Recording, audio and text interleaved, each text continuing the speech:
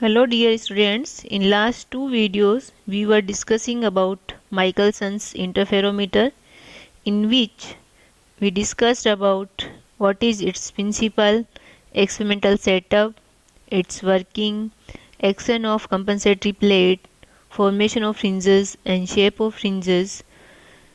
Now today we will discuss about some applications like wavelength of monochromatic light, determination of wavelength difference of bichromatic light, thickness of thin transparent film or liquids, and also discuss difference between Newton's fringes and Michelson fringes and some examples based on it. तो हमने इसमें देखा था कि जो Michelson interferometer है उसका principal क्या था, किस तरह से जो है फ्रिंजेस बनती है। जैसे हमने यहाँ पे एक मोनोक्रोमेटिक सोर्स लिया था, उसके फ्रंट में हमने एक बीम स्प्लिटर पुट किया था, उसके आगे हमने एक कंपनसेटरी प्लेट ली थी सी, जो कि इनके पावर डिफरेंस को इक्वल कर रही थी, ऑप्टिकल पावर डिफरेंस को। इनके दोनों के फ्रंट पे हमने 90 डिग्री के इंक्लाइनेशन पे दो मिरर लिए थे M1 एंड M2, और जो फ्रिंजेस बन रही थी इसके अंदर वो हम इस टेलीस्कोप की हेल्प से इसमें ऑब्जर्व कर रहे थे। ये इसका एक्सपेरिमेंटल सेटअप था, एक मिरर मूवेबल है और एक मिरर फिक्स था। इन दोनों को इंक्लाइनेशन को भी अपन चेंज कर सकते हैं। ये इसकी वर्किंग थी और हमने देखा था कि किस तरह से जो है डार्क एंड ब्राइट फ्रिंजेस का फॉर्मेशन जो है इसके अंदर होता है, कब कंस्ट्रक्टिव इंटरफ्रेंस होगा और कब डिस्ट्रक्टिव इंटरफ्रेंस होगा, उससे हमें ये इस तरह की सर्कुलर फ्रिंजेस का पैटर्न मिल रहा था। हमने इस कंपनसेटरी प्लेट है उसकी वर्किंग भी देखी थी। फिर हमने डिस्कस किया था कि जो फ्रिंजेस है उनका फॉर्मेशन कैसे हो रहा है और उनकी शेप किस तरह से बन रही है।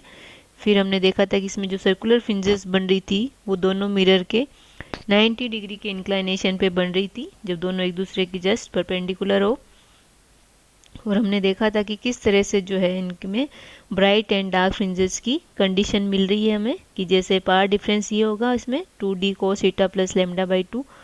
तो हमने देखा था कि जब ब्राइट फ्रिंजेस बन रही है यानी कि कंस्ट्रक्टिव इंटरफ्रेंस मिल हो रहा होगा, तब हमें जो पावर डिफरेंस होता है वो even multiple of lambda by 2 हो, और हमें जो उसकी कंडीशन मिलती है वो होती है 2d cos theta is equal to n minus half lambda, जहाँ पे n इंटीजर है और लैम्डा जो हमने मोनोक्रोमेटिक सोर्स लिया है उसकी वेवलेंथ है, d डिस्प्लेसमेंट था मिरर के रिस्पेक्ट में जो इमेज बन रही थी मिरर M2 की, और ये कंडीशन जो है आपकी डार्क फ्रिंजेस के लिए मिली थी 2d cos theta is equal to n lambda. फिर हमने इन कंडीशन से हमने इन जो सर्कुलर फ्रिंजेस थी उनकी रेडियस निकाली थी, हमने वही डार्क फ्रिंजेस का कंडीशन रखी थी, और कॉन्जिक्यूटिव फ्रिंजेस के लिए हमने डार्क फ्रिंजेस जो है उनकी कंडीशन निकाली थी। और mth फ्रिंज के लिए यदि हम रेडियस फाइंड आउट करना चाहें तो हमने इन जो कंडीशंस थी पावर डिफरेंस के लिए उससे हमने cos थीटा निकाला था। साथ ही हमने इस ज्योमेट्रिकल जो इनका जो पैटर्न है उससे हमने इसकी cos थीटा की फाइंड आउट वैल्यू की थी, जो cos थीटा वैल्यू निकाली थी cos थीटा की, और इन दोनों को इक्वल पुट करके हमें रेडियस मिली थी हमें। तो रेडियस का जो फॉर्मूला था सर्कुलर फ्रिंजेस का, जो mth ऑर्डर की फ्रिंज थी सेंटर से RM इज इक्वल टू वो थी capital D root of m lambda upon D।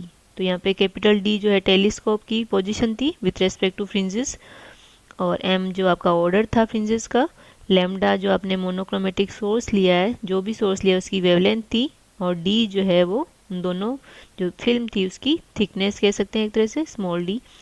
तो हमने देखा था कि RM जो है वो डायरेक्टली प्रोपोर्शनल होता है root of this integer number m, और इन्वर्सली प्रोपोर्शनल होता है रूट ऑफ स्मॉल d। तो ये हमने रेडियस फाइंड आउट की थी सर्कुलर फ्रिंजेस के लिए। फिर हमने सर्कुलर फ्रिंजेस की प्रॉपर्टीज़ देखी थी कि कब फ्रिंजेस डिसअपियर होगी, कब हमें ज़्यादा फ्रिंजेस दिखेगी, वो किस पे डिपेंड कर रही थी, स्मॉल d पे डिपेंड कर रही थी। और हमने देखा था कि इसमें जो है जो फ्रिंजेस का पैटर्न है, जो फ्रिंजेस की शेप है, वो मिरर M1 और M2 दोनों का एक दूसरे के इंक्लाइनेशन पे डिपेंड कर रही थी, कि जैसे ही 90 डिग्री से थोड़ा सा भी चेंज होता है तो वहाँ पे फ्रिंजेस जैसे लीनियर भी दिख सकती है और पैराबोलिक फॉर्म भी, उनमें शेप जो है उनकी पैराबोलिक भी हो सकती है। वो डिपेंड करेगी कि मिरर M1 और M2 का इंक्लाइनेशन क्या है। नाउ अब हम देखते हैं कि इसकी एप्लीकेशंस क्या क्या है। तो सबसे पहले हम फाइंड आउट करते हैं कि वेवलेंथ ऑफ मोनोक्रोमेटिक लाइट। तो माइकलसन इंटरफेरोमीटर जो है उसको हम एडजस्ट करेंगे in such a way that circular fringes are seen through the telescope. The mirror M1 is moved backward or forward by the micrometer screw so that a power difference is introduced in the path of rays. Now if the mirror M1 is displaced through a distance d, then the power difference introduced in the path of rays will be 2d। ये हमने last lecture में देखा था कि किस रे से 2d power difference हो जाता है दोनों मिरर के बीच में। इमेज होगी ना उसकी, तो इमेज में जैसे डिस्टेंस होगी वो कितनी हो जाएगी 2d। तो जो जो displacement of the mirror M1 fringes appear to be crossing the field of view, let capital N fringes cross the field of view when the mirror M1 is displaced through a distance x। तो condition क्या मिली थी हमें 2d is equal to n lambda, और यदि हमने addition उसको x distance से और डिस्प्लेस कर दिया है तो हमारी कंडीशन क्या हो जाएगी 2d plus x is equal to n plus capital N lambda. इस इक्वेशन में से यदि इसको माइनस करते हैं तो अपने पास क्या आ जाएगा 2x is equal to n lambda. तो लैम्डा इज इक्वल टू क्या आ जाएगा 2x बाई n। तो हम क्या कर सकते हैं कि मिरर की जो मिरर M1 था उसको कितना मूव किया है n फ्रिंजेस को क्रॉस करने के लिए सेंटर में से, वो डिस्टेंस हम उस माइक्रोमीटर स्क्रू से जो उसमें लगा है उससे हम x मेजर कर सकते हैं, और कैपिटल N हम फ्रिंजेस काउंट करके जो आपका मोनोक्रोमेटिक सोर्स है उसकी हम वेवलेंथ लैम्डा जो है फाइंड आउट कर सकते हैं इस फॉर्मूले की हेल्प से। ये इसकी एक इम्पॉर्टेंट एप्लीकेशन होगी। कोई भी मोनोक्रोमेटिक सोर्स हो उसकी वेवलेंथ जो है हम इस माइकलसन इंटरफेरोमीटर जो एक्सपेरिमेंटल सेटअप है उससे हम फाइंड आउट कर सकते हैं। नेक्स्ट है determination of wavelength difference of bichromatic light by Michelson interferometer. When the source of light is two wavelengths lambda 1 and lambda 2 very close to each other,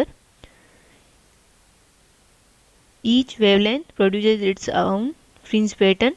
The position of the mirror M1 is adjusted such that the circular fringes observed are brightest and clear. In this position, bright fringes due to lambda 1 coincide with the bright fringes due to lambda 2, दोनों की overlapping होगी। Let in this case the thickness of virtual air film is d and n1 and n2 are the order of the central fringes due to lambda 1 and lambda 2। तो आपके पास क्या condition मिलेगी, दोनों के लिए अलग अलग मिलेगी। तो 2d तो दोनों के लिए फिल्म जो थिन फिल्म है उसके लिए थिकनेस है, तो lambda 1 वाली फ्रिंजेस है उसके लिए ऑर्डर क्या है n1, तो n1 माइनस हाफ lambda 1, और दूसरी वाली जो वेवलेंथ जो सोर्स है उसका वेवलेंथ कितना है lambda 2, और ऑर्डर क्या है इसका n2, तो n2 minus half lambda 2। Now the mirror M1 is moved further away through a distance x until the rings after becoming most indistinct once again become brightest and clear. During the movement of the mirror M1, if n1 is the change in the order of maxima due to lambda 1 and n2 is the change in the order of maxima due to lambda 2, तो क्या होगा, अब हमने किससे इसको mirror M1 को displace किया है x से, तो क्या हो जाएगा 2d plus x x is equal to दोनों का ऑर्डर कितना चेंज हुआ है, एक का n1 से और एक का कैपिटल n2 से, तो आपको ये कंडीशन मिल जाएगी। तो 2d plus x is equal to n1 plus capital N1 minus half lambda 1 and is equal to small n2 plus capital N2 minus half lambda 2। तो ये आपकी इक्वेशन नंबर हो जाएगी 2। 2 में से यदि हम माइनस 1 कर देते हैं तो क्या मिलेगा, स्मॉल n और d वाली टर्म्स कैंसिल हो जाएगी, x वाली बचेगी, तो आपके पास क्या आ जाएगा 2x is equal to n1 lambda 1, ये देख रहे हो आप, इसमें से इसको माइनस करें तो 2d से 2d कैंसिल हो गया, तो 2x इसके क्रॉसपोंडिंग ये है, तो क्या बचेगा आपका कैपिटल n1 lambda 1, और इसकी क्रॉसपोंडिंग जो देखोगे तो क्या मिलेगा आपको n2 lambda 2। तो आपकी इक्वेशन कुछ इस तरह की मिलेगी। अब इसमें से यदि अपन n1 की फाइंड आउट करें वैल्यू, तो n1 इज इक्वल टू क्या हो जाएगा 2x अपॉन lambda 1, और यहाँ से अपन n2 देखें तो n2 इज इक्वल टू क्या आ जाएगा 2x अपॉन lambda 2।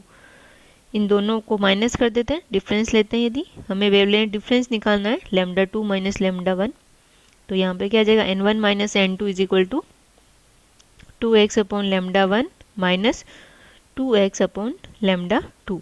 तो n1 minus n2 is equal to क्या आ गया 2x कॉमन λ2 माइनस λ1 अपॉन λ1 λ2। तो अब हमें पता है कि जो पैटर्न है कॉन्सिक्वेंटली हमें क्या मिलेगा, ब्राइटेस्ट मिलेगा। तो मिनिमम जो डिफरेंस है दोनों का n1 माइनस n2 वो क्या होना चाहिए 1 होना चाहिए। तो 1 इज इक्वल टू क्या हो जाएगा 2x λ2 माइनस λ1 अपॉन λ1 λ2। इसको अरेंज करें तो λ2 माइनस λ1 इज इक्वल टू ये ऊपर आ जाएगा λ1 λ2 अपॉन 2x। यदि हम दोनों जो वेवलेंथ है λ1 और λ2 उनका मीन मान ले क्या है लैम्डा है, ज्योमेट्रिक मीन।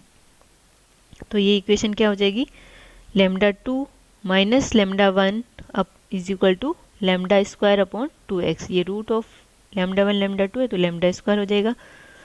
तो इस तरह से हम यदि दो कॉन्जिक्यूटिव जो फ्रिंज पैटर्न मिल रहा था ब्राइटेस्ट, उन दोनों के मिरर की पोजीशन देख लें कि मिरर कितना उसको ओपन मूव कर रहे हैं मिरर m1 को, तो वो पोजीशन नोट कर लेते हैं x। और दोनों जो बाइक्रोमेटिक सोर्स है उसकी मीन जो है वेवलेंथ वो हमें पता हो लैम्डा। तो हम दोनों जो वेवलेंथ डिफरेंस है λ2 माइनस λ1 बाइक्रोमेटिक सोर्स के लिए वो हम इस फॉर्मूले की हेल्प से फाइंड आउट कर सकते हैं। नेक्स्ट है thickness of thin transparent film हो, चाहे लिक्विड हो या फिर गैसेस हो, उनके लिए फाइंड आउट कर सकते हैं हम। तो माइकलसन इंटरफेरोमीटर क्या है, is set for linear fringes in monochromatic light. Then now the light source is replaced by ordinary light source in order to obtain colored fringes with the central fringe as a dark। हमें क्या thickness find out करनी है, तो उसके लिए हम इस तरह से कुछ इसमें अरेंज करते हैं। The cross wire is set on the central dark fringe and micrometer reading is noted let x1। Then when a thin transparent film or refractive index mu and thickness t is introduced in the path of one of the beam, it introduces a path difference of 2 mu minus 1 t in the two interfering beams, therefore shifting of the central dark fringe। तो जैसे ही हमने thin film put की तो वहाँ पे path difference कितना introduce हो जाएगा 2 times of mu minus 1 T. हमने लास्ट लेक्चर्स में ये पढ़ा था। Now the movable mirror is move to have central dark fringe at the cross wire and this new position of the mirror is noted by micrometer, let this one is x2। Thus the displacement of the mirrors x2 minus x1 is equal to x and this gives the path difference of 2x। तो ये 2x जो है वो किसके equal होना चाहिए 2 mu minus 1 t के equal होना चाहिए। तो ये आ जाएगी कंडीशन। और इससे यदि हम थिकनेस t फाइंड आउट करना चाहिए तो t इज इक्वल टू क्या आ जाएगा x अपॉन म्यू माइनस 1। तो इससे आप देख रहे हो कि आपको डिस्प्लेसमेंट पता हो और रिफ्रैक्टिव इंडेक्स पता हो उस जो आपने एयर फिल्म पुट की है, जो भी आपने इंट्रोड्यूस किया उसमें थिन ट्रांसपेरेंट फिल्म, तो उसका रिफ्रैक्टिव इंडेक्स बताओ तो उसकी थिकनेस फाइंड आउट कर सकते हो। और उसका वाइस वर्सा भी कर सकते हो कि आपको थिकनेस पता हो तो उस थिन फिल्म जो है उसका रिफ्रैक्टिव इंडेक्स भी आप फाइंड आउट कर सकते हो। तो इस तरह से ये जो माइकलसन इंटरफेरोमीटर है हम उसको यूज़ कर सकते हैं। थिकनेस फाइंड आउट करने के लिए रिफ्रैक्टिव इंडेक्स फाइंड आउट कर सकते हैं, कोई भी मोनोक्रोमेटिक सोर्स है उसकी वेवलेंथ फाइंड आउट कर सकते हैं, और कोई बाइक्रोमेटिक सोर्स है तो उसकी माइकलसन इंटरफेरोमीटर की हेल्प से अपन वेवलेंथ डिफरेंस फाइंड आउट कर सकते हैं जब वो सोर्स क्या हो बाइक्रोमेटिक हो। Now the difference between Newton's fringes and Michelson fringes. तो first of all on the basis of formation of fringes according to air film. In Newton's fringes are formed due to wedge-shaped real air film, whereas Michelson's fringes are formed due to imaginary air film of equal thickness. Next difference है basis on subname. These fringes are called fringes of equal thickness, whereas Michelson fringes are called fringes of equal inclination. Next, dependency of radius of fringes on order of fringes. The radius of fringes increases as the order of fringes increases in Newton's fringes. The radius of Michelson fringes increases as the order of fringes decreases. Next, order of central fringe. The order of central fringe in Newton's rings is 0, whereas the order of central fringes in Michelson interferometer is maximum. Newton's fringes are called physiofringes, whereas the Michelson's fringes are called Heidinger fringes. Next है localized or non-localized fringes. Newton's fringes are formed in air film, so they are called localized fringes, whereas Michelson fringes are formed at infinity, so they are called non-localized fringes. Next है visualization. Newton's fringes are seen by microscope, whereas Michelson fringes are seen by telescope because they formed at infinity. तो ये आपका major जो है इनमें differences था Newton's fringes and Michelson fringes में. Next हम एक एग्जांपल देखते हैं. जैसे कि in Michelson interferometer when the mirror is displaced through a distance of 2.948 into 10 to the power minus 5 meter, 100 fringes cross the field of view. Determine the wavelength of light used in this experiment.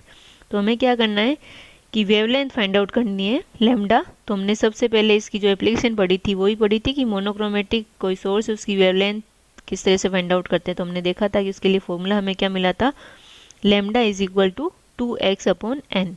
तो x तो displacement था, mirror m1 का कितना उसको displace किया है, तो x is equal to क्या है 2.948 into 10 to the power minus 5 metre. और फ्रिंजेस उस डिस्प्लेसमेंट में कितनी क्रॉस कर रही है, 100 कर रही है. तो ये आपको x मिल गया, कैपिटल N मिल गया. तो लैम्डा की वैल्यू फाइंड आउट करनी है. तो लैम्डा इज इक्वल टू क्या हो जाएगा 2.948 into 10 to the power minus 5 upon 100. तो इसको सॉल्व करेंगे तो 100 ऊपर जाएगा तो क्या हो जाएगा 10 to the power minus 7, sorry यहाँ पे 2 भी आएगा मल्टीप्लाई क्योंकि 2x है ना, तो इंटू 2. तो 2 से इसको मल्टीप्लाई करोगे तो क्या आ जाएगा 5 पॉइंट समथिंग आएगा. तो 5.896 into 10 to the power minus 7 metre. और इसको यदि आप एंगस्ट्रॉम में कन्वर्ट करते हो तो -3 और होगा क्योंकि एक एंगस्ट्रॉम में 10 to the power minus 10 metre होते हैं. तो आपकी जो मोनोक्रोमेटिक सोर्स है उसकी जो वेवलेंथ मिलेगी वो मिलेगी आपको 5896 एंगस्ट्रॉम. तो इस पे बेस्ड आप काफ़ी सारे एग्जांपल कर सकते हो, जैसे वेवलेंथ डिफरेंस फाइंड आउट कर सकते हो, कोई बाइक्रोमेटिक सोर्स दे रखा हो. आप डिस्प्लेसमेंट फाइंड आउट कर सकते हो कि मिरर को कितना डिस्प्लेस करना है, जैसे लैम्डा और कैपिटल एन पता हो. इसी तरह से यदि आपको किसी भी थिन फिल्म का, किसी लिक्विड का रिफ्रैक्टिव इंडेक्स फाइंड आउट करना हो या उसकी थिकनेस फाइंड आउट करना हो तो आप इस माइकलसन इंटरफेरोमीटर की हेल्प से इजीली फाइंड आउट कर सकते हो. Thank you.